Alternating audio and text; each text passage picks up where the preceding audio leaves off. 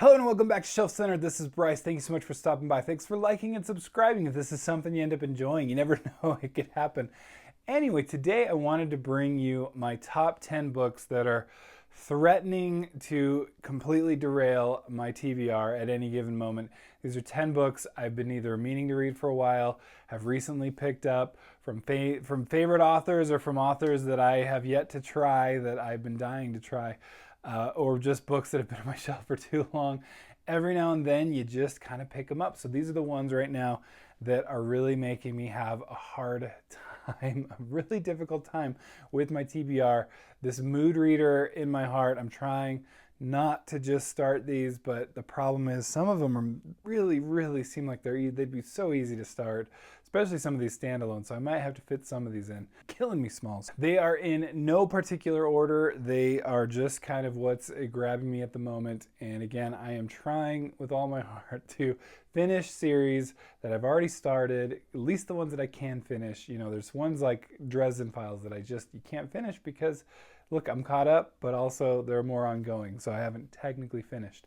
Anyway, jumping into my list, the 10th one, which again, there is no actual order.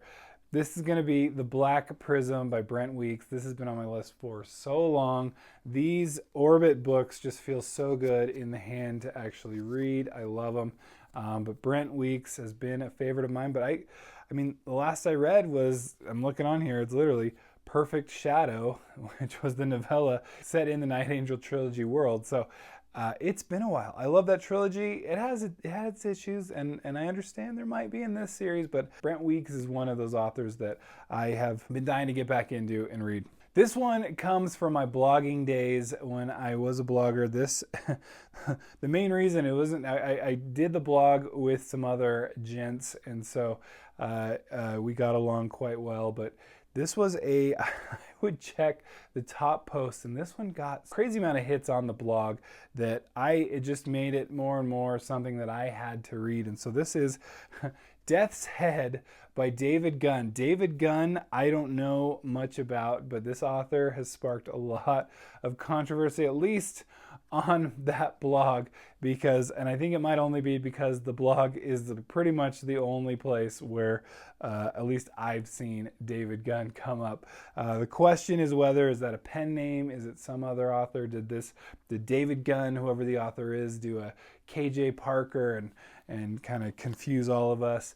But anyway, it's one of the most popular posts on that blog. Again, I don't know exactly how many of you have actually even heard of this, but it seems to be very popular from what I saw to some degree. Anyway, again, maybe it's because it's the only blog that even talks about it. Could be that. I'm not trying to say I know everything, but I definitely piqued my interest. All right, this is probably one of the oldest books in my collection, but we're talking Transformation by Carol Berg. Carol Berg is one of those authors that I have not read, sadly, and I have been meaning to. I've only heard great things. This series is supposed to be really good, and I own it, and I've owned it for like 10 years at least, so it's high time I read it already, am I right? So anyway, definitely want to. It's really hard not to. It's really interesting. Just very curious about this cover. Not quite my favorite cover of all time, but Carol Berg has been on my list as an author to read. Again, only heard amazing things. All right, then we got another author that this is one that I have always loved in the past. And again, just I get sidetracked. I'm a mood reader, okay? So I haven't read his whole catalog, but this is one. It's Hawkwood and the Kings by Paul Kearney. There's lots of books by Paul Kearney that I definitely want to read. Paul Kearney is one of those like Chris Wooding, Matthew Woodring Stover, lot that just so good with a plot, like a really good compelling plot and really keep you going to the last page. So Paul Kearney is one of my favorite authors and underrated, underread, and absolutely great. All right, this is not the book that I'm talking about, but this is one of my all-time favorite books, all time. Absolutely love it. So great. Susanna Clark is just a favorite. I finally picked up Piranesi, as you'll see in a recent book haul video. Finally picked it up, and I am dying to read it. I absolutely I wish that Susanna Clark would write some more, but obviously I'm not the one keeping up on it because this has been out for a little bit. Only, again, heard great things, and again, it is standalone. It's not even nearly as thick as her other novel. There is the short story collection that I have as well. But anyway, Susanna Clark is just always going to be on my list. I'm always going to be watching and gobbling up those books.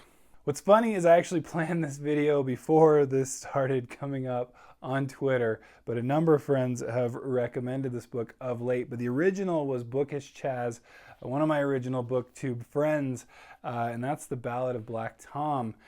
This is just one of those, again, it's very easy. It would be very easy to just slip in at any point and just completely wreck my TBR. But anyway, again, heard nothing but great things. Just seems from what I'm reading in it, just a very interesting take on kind of an urban fantasy. But again, I again already had this on my list to bring up in this video. I'd planned it. You've probably seen my stack of books that I accidentally left up on my shelf in multiple videos because I put the books together, but actually filming for some reason is the hardest thing in the world. All right, this is an author I've never read, but again, I only heard the best things and the most magical things about The Book of Lost Things by John Connolly. Again, one of these books that I kind of have heard, it's along the lines of Neil Gaiman, of Diana Wynne Jones. I put those in this author category that is able to kind of create this magic with their writing. Carlos Ruiz Zafón, The Shadow of the Wind is one of those too, where it's just like every page almost is just kind of magical. You're in the magical world. I'm hoping this is one of those. I have heard kind of those types of things, but The Book of Lost Things, it's on my list. All right, standalones are they're too easy to fit in wherever and to mood read, and this is one of those. The Etched City by K.J. Bishop. I hear it's an intricate plot, hardly ever talked about, and maybe that's why it keeps getting pushed further and further back on my list, but it's absolutely been one of those that I've been dying to read for some time. I have, again, heard nothing but great things, everyone, but again, it's very few people who have actually read it, but I am dying to read this. This is a book I put on my TBR when I first kind of started BookTube. It was Books with Brittany YouTube channel, and it's The Humans, and she was a big fan. It just seems like an interesting thing. Matt Haig has since gotten really popular. The Midnight Library, a bunch of other books. So, but I am very curious as to what this book is all about because it seems so kind of odd and interesting. I love those kinds of books. And here's an author that I have been meaning. This is one that I should have and I shouldn't. I almost can't be a booktuber without having read his work. But it's Adrian Tchaikovsky, Empire in Black and Gold. I have heard wonderful things about this. I think it's like 10 books. Not to mention, it's like Sanderson gets all kinds of praise for writing so many books, but Tchaikovsky is doing the same, also with fantasy and science fiction, is all over the place, is prolific, constantly coming out with new stuff. Got, Guns of the Dawn, maybe that's where I should start because it looks like a standalone. But I have heard awesome things about this, and this has been, on my list for so long.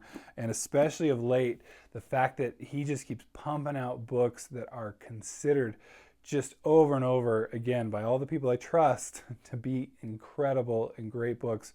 I just dying to read this more and more. All right, that's my silly list, my list of books that I'm just, it's really hard not to just start picking them up and just going with it and completely leaving everything else that I have promised to read. Okay, I always give like a caveat that maybe I won't read these. I am a mood reader after all. But I do want to kind of at least mostly stick with my TBR, and my ultimate goal is to keep finishing series, then I can start new ones. That's how it works. It somehow has been lost on me for so many years, and I am knee deep in all of the series, and by knee I mean like chin deep in all the series that I have started and have not finished. It's crazy, and you should be appalled by how many I'm in the middle of. But anyway, I'm working to correct it. I just may have to take a little break here or two. I fundamentally don't want to like sully a series, right? By like having too much of a good thing. And I don't know if that makes any sense, but my biggest fear is to just feel trapped in a series and then just not like it as much because of this like feeling trapped and not reading something else in a different series. I know I'm like, I have issues, I get it, but this is one of my big things where it's been so hard for me to just continue with the series because I am so worried. Like I can't read more than one at a time. And I think it was the Wheel of Time that kind of did this to me, I hate to say. But then when I came up with this plan to actually read the Wheel of Time, but go, look, I'm going to read one Wheel of Time book and then I'm going to have a couple book break. And then I'm going to read the next one, and then a couple book break, and it's really worked for me. It just makes it so, man, getting through a series takes forever, and now I've got so many on my list to try to read. Those are the books. What do you think of them? Have you heard of them? Have you recommended them to anyone? Do you recommend them to me? Let me know in the comments below, which, are right below the like button. I stole that from Daniel Green. Thank you. Anyway, thanks so much for stopping by, and we'll catch you next time. Bye.